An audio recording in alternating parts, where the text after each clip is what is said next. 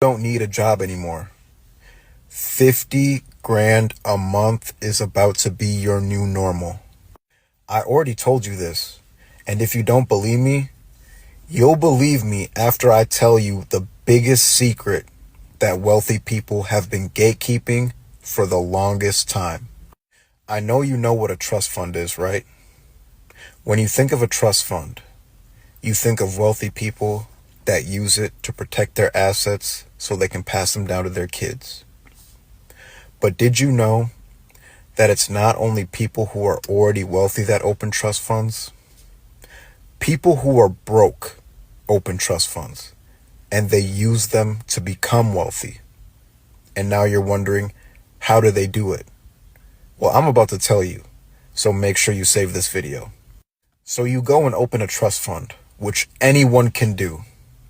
And then you buy an asset to put inside that trust fund. And if you're thinking, well, I don't have any assets to put inside the trust fund, what people will do is they'll just go and buy a life insurance policy to put inside the trust fund. Life insurance policies are very inexpensive and they're accessible to almost anyone. You can get in $1 million policy for anywhere between $100 to $200 a month. So if you were to buy $1 million policy and put it inside your trust fund, that would bring your trust's value to $1 million. And then you do something the ultra rich do all the time, which is borrow against their assets.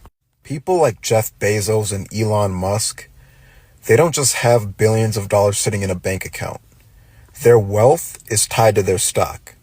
So when they need money, they just go to a bank and they borrow money and they use their stock as collateral.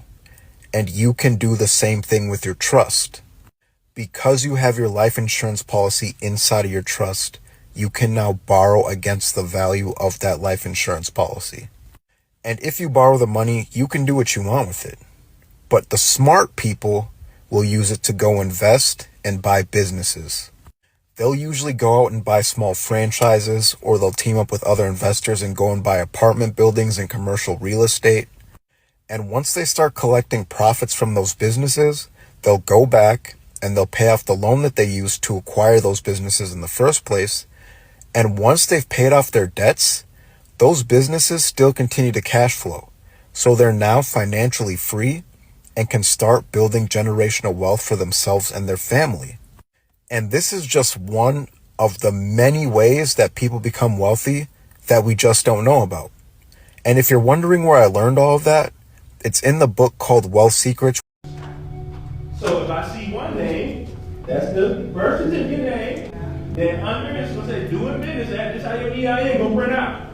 The name you chose and your EIN, and then it's going to say doing business as. That's your living name. So that's your full name, doing business as your living name. Why are you doing that? Because the living name is what controls your trust. And that's reclaiming yourself. Alright, I guess I'll just tell you while I do it, right? So you got your birth certificate, social security number, okay? These documents create your estate. Okay? The estate you make your private trust the beneficiary of. Okay. Now, from your private trust, what you're going to want is first, you're going to want a business trust, a family trust, and a foreign grantor. Okay. Foreign grantor. Okay. This is non-revocable. Okay. Your business trust, revocable. Your family trust should also be revocable. Why? Because you might want to change who's getting what at some point. Okay. So these are revocables. Okay. Your private one is your trustee that oversees everything. Okay. Now, your family one should be dynastic. Okay. Your business trust, right? Put business over here, family here, and your foreign grantor. Now, this is your banker over here. Okay. Okay, this is for trading and brokeraging. Okay, this one right here is where all of the things get delegated to. All right, that's what this one's for.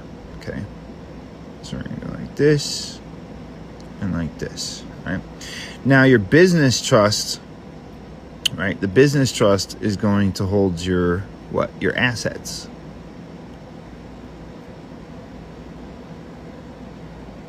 Okay, this is all your property that's not owned by the family trust. We're going to do this. I want you to see different things here. Different options, right? Now, your foreign grantor, that's who deals with your banking. All right? This is your banking guy. So, bank, property, and assets. Now, property are assets, but, right, the property that's held in the family is going to be held indefinitely. So that's where you put your house and your land deeds. Okay, you always want them going back to your family shit, but you also want it to be something that can be traded, so you have your revocable, right? Now, the property can go to the brokerage, right? Because that's an asset, so it has value. Now, because it has value, loans against it can be made for the businesses, right? So the thing is in your house, your car, okay, that's family property, but your business can rent family property. And if the business is renting family property but gets funded by the family brokerage, right? That means that all of the revenue, because the brokerage goes back to the private trust where all the money gets delegated from, right? So the trustee doesn't have to send anything to the family directly, because the trustee puts everything in the hands of the brokerage account. The brokerage then brokerages, levies, and handles all of the securities, right? So all of the revenue that's being generated is going to the brokerage. Now, the brokerage is what funds the bank. Funds the business, right? So if all of the benefits from the estate are being given into this business over here, this guy is over here flipping it for 10 times the amount. So that becomes the funding for the banking, which then becomes what the business is utilizing to rent the house and the car, right? Making it so that you're now getting the house and the car paid for by the business that's funded by the estate. So because it's a loan that goes here and a purchase, right, a monthly fee that's going to here, you're now giving the family revenue that's tax-free. And then they can purchase more property, right? The idea is to get your revenue flowing in a circle so that it's never having to be outsourced. See, the only things that you should be purchasing is like clothes and stuff like that you get from other businesses, right? Now, those businesses are dealt with by who? This guy right here, the brokerage guy, okay? Because everything that you're doing is basically funding yourself back into yourself. You get the estate, do your Form 56, your fiduciary, okay? Appoint yourself fiduciary, right? And then make it so that you can delegate those funds with the foreign grantor. Has to be foreign, because you're foreign to the United States of America Corporation unless you live in Washington, D.C., right? You're foreign to that agency. So you need a foreign grantor. All right? The foreign grantor handles all the banking. So you take all of the revenue that's generated by the foreign grantor and you loan it to the business. Or you donate. Right? That's the other loophole, right?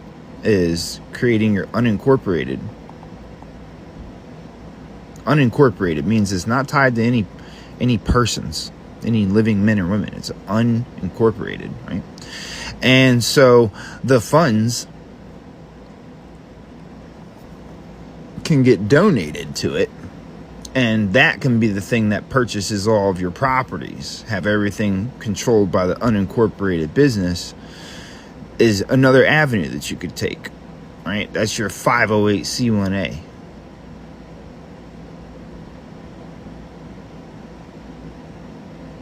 Okay.